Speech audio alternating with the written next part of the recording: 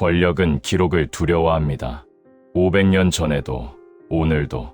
지난 영상에서 조선왕조실록과 대통령 기록물의 구조가 500년 차이인데 똑같다는 이야기를 했습니다. 이름은 전부 바뀌었는데 구조는 같았습니다. 마지막에 이런 이야기를 했습니다. 사관의 목숨이 징역 10년으로 바뀌었다고. 가벼워진 겁니까? 무거워진 겁니까? 이어서 질문을 던졌습니다. 틀이 있으면 기록은 안전합니까? 법이 있으면 기록은 안전합니까? 아닙니다. 500년 전에도 안전하지 않았고 지금도 안전하지 않습니다. 교과서는 조선왕조실록이 잘 보존됐다고 가르치죠.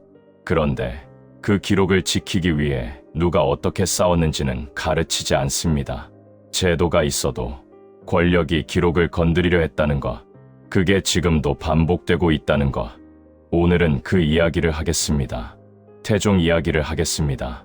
지난 영상에서 태종이 사초를 보려다 막혔다고 했습니다. 어떻게 막혔는지 이야기하겠다고 했습니다. 태종은 조선의 세 번째 왕입니다.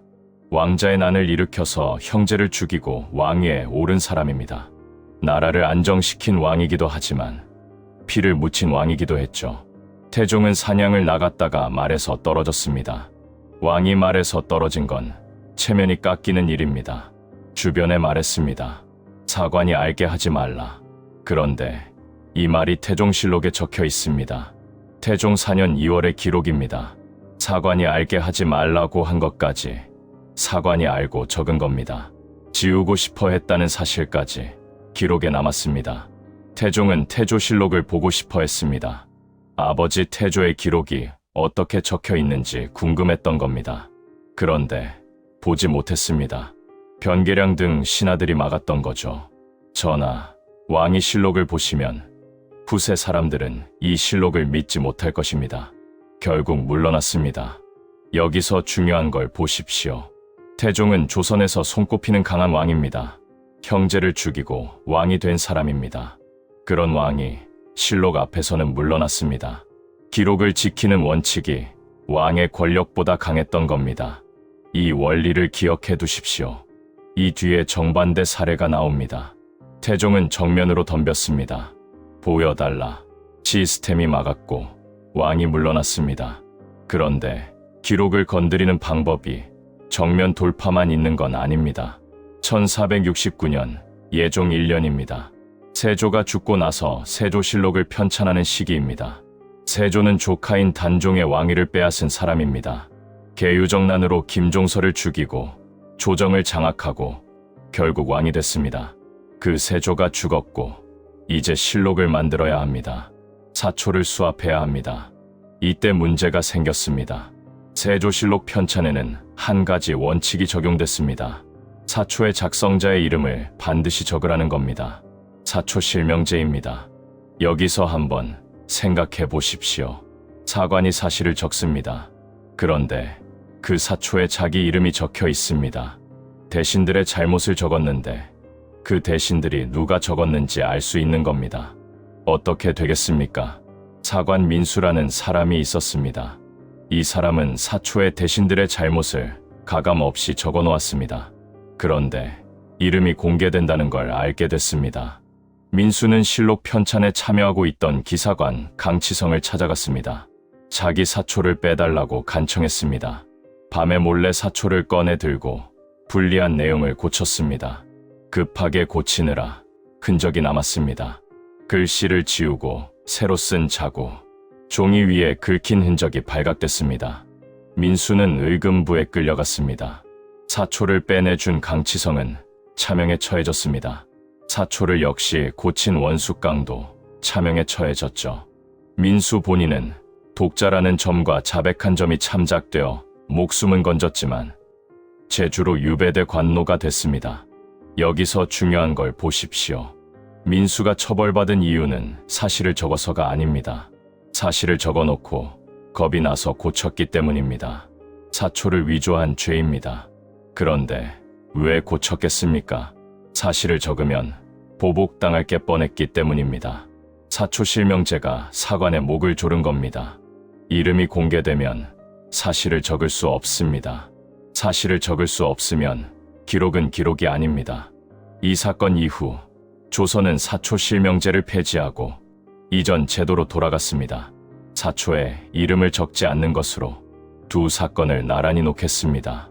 태종은 기록을 직접 빼앗으려 했습니다. 정면 돌파입니다. 시스템이 막았고 왕이 물러났습니다. 세조 시대의 사초 실명제는 다른 방식이었습니다. 기록을 없애려 한 게 아니라 기록하는 사람을 위축시킨 겁니다. 사관이 사실을 못 적게 만들었습니다. 기록을 건드리지 않았습니다. 기록하는 사람을 건드린 겁니다. 방법은 달랐지만 결과는 같습니다. 권력이 기록에 손대는 순간 기록은 무너지는 겁니다. 정면으로 빼앗든 제도로 위축시키든 기록이 사실을 담지 못하게 되는 건 똑같습니다. 그래서 교훈은 두 개였습니다.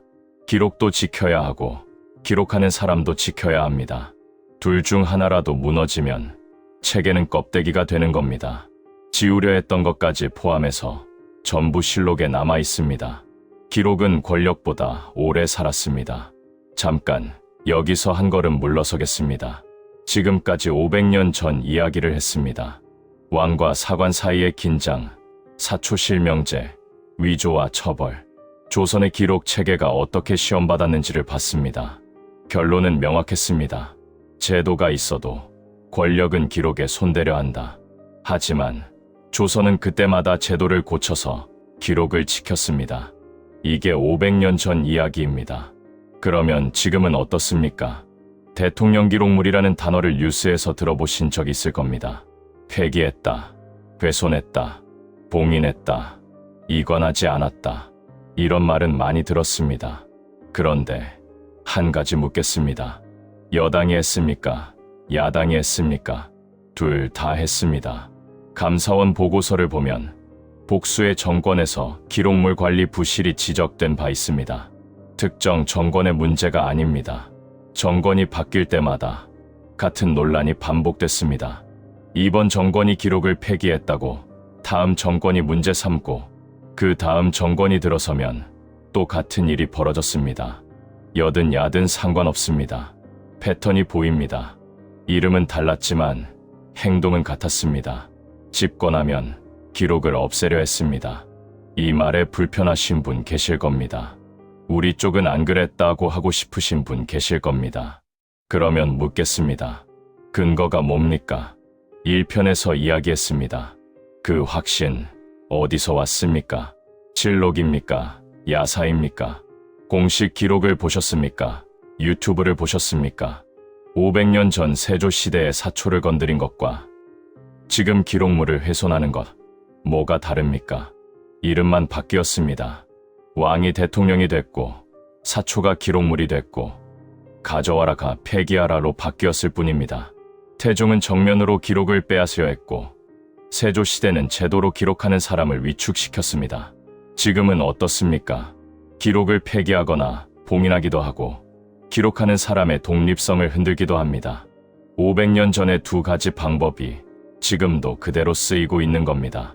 여든 야든 상관없습니다. 권력은 기록을 두려워합니다. 이건 진영의 문제가 아닙니다. 권력의 속성입니다. 그런데 더 중요한 문제가 있습니다. 폐기했다는 말, 훼손했다는 말, 이관하지 않았다는 말, 이걸 뉴스에서 들었습니다. 그런데 정작 뭐가 사라졌는지 아십니까? 어떤 기록이 훼손됐는지, 어떤 기록이 이관되지 않았는지 확인된 팩트를 아는 사람이 있습니까? 거의 없습니다. 1편에서 야사와 전설 이야기를 했습니다. 야사는 검증 없이 한 사람이 듣고 적은 기록이고 전설은 출처도 없이 입에서 입으로 전해진 이야기라고 했죠. 지금 대통령 기록물에 대한 이야기가 정확히 그렇게 돌아가고 있습니다. 유튜브를 켜면 제목부터 자극적입니다. 은밀 폐기 충격, 빨간 글씨의 느낌표 3개, 누르게 만드는 겁니다. 이건 야사입니다. 한 채널의 주장, 한 제보자의 증언이거든요. 검증 절차를 거치지 않았습니다. 단체 채팅방에 들리는 얘기로는 수만 건을 다 없앴대 라는 메시지가 돌아다닙니다. 이건 전설입니다. 출처 불명, 검증 불가능입니다. 그런데 정사는 어디 있습니까? 검찰 수사 결과 국가기록원 공식 발표, 대통령기록관의 보존 현황 보고서, 이런 건 아무도 안 읽습니다. 500년 전에도 그랬고 지금도 그렇습니다. 야사가 정사처럼 돌아다니고 전설이 사실처럼 공유되고 정작 정사는 아무도 찾지 않습니다. 권력은 사라집니다. 태종도 사라졌습니다. 세조도 사라졌습니다. 연산군도 사라졌죠. 그 뒤에 모든 왕도 사라졌습니다. 대통령도 마찬가지입니다. 임기가 끝나면 떠납니다. 다음 사람이 옵니다. 그 사람도 떠납니다. 그런데 실록은 남았습니다. 472년치가 전부 남았습니다. 태종이 태조실록을 보려다 막힌 것도, 사초 실명제 때문에 사관이 사초를 고친 것도 적혀 있습니다. 실명제를 폐지한 것까지 전부 실록에 남아있죠. 지우려 했던 기록이 지우려 했다는 사실까지 포함해서 남았습니다. 대통령 기록물도 남을 겁니다. 폐기 논란이 있었다는 것까지 포함해서 남을 겁니다. 사관은 목숨을 걸었고 기록이 살아남았습니다. 지금은 징역 10년을 걸었는데 기록물 폐기 논란이 반복됩니다. 가벼워진 겁니까? 무거워진 겁니까? 500년 전이나 지금이나 달라진 건 하나도 없습니다. 기록은 권력보다 오래 삽니다. 그래서 권력은 기록을 두려워하는 겁니다. 500년 전에도 오늘도. 그런데 한 가지가 다릅니다. 조선시대에는 사관이 기록을 지켰습니다. 목숨을 걸고 지켰습니다. 사초를 보여달라는 왕 앞에서 사관 한 사람이 버텼던 겁니다. 지금은 다릅니다. 기록을 지키는 건 사관 한 사람의 몫이 아닙니다. 시민의 몫입니다. 어떻게 지킵니까? 정사를 읽는 겁니다. 유튜브 자극적인 제목 말고 공식 발표를 찾아보는 겁니다. 단체 채팅방의 전설 말고 검증된 기록을 확인하는 거죠. 이게 정사입니까? 야사입니까? 한 번만 물어보는 겁니다. 다음에 뉴스에서 기록물 폐기 헤드라인을 보시면 세 가지를 물어보십시오. 이게 정사입니까? 야사입니까? 전설입니까? 출처가 명확합니까? 공식 발표와 대조해봤습니까? 이 질문이 습관이 되는 순간 500년 전 사관의 눈으로 오늘을 보게 됩니다. 이 채널의 이름은 정간의실록입니다. 기록의 무게를 아는 채널이 되겠습니다. 아직 구독 안 하신 분들, 구독과 알림 설정 부탁드립니다. 정간의실록은 다음 이야기를 준비하고 있습니다. 교과서가 알려주지 않는 이야기 또 찾아가겠습니다. 놓치지 마십시오. 감사합니다.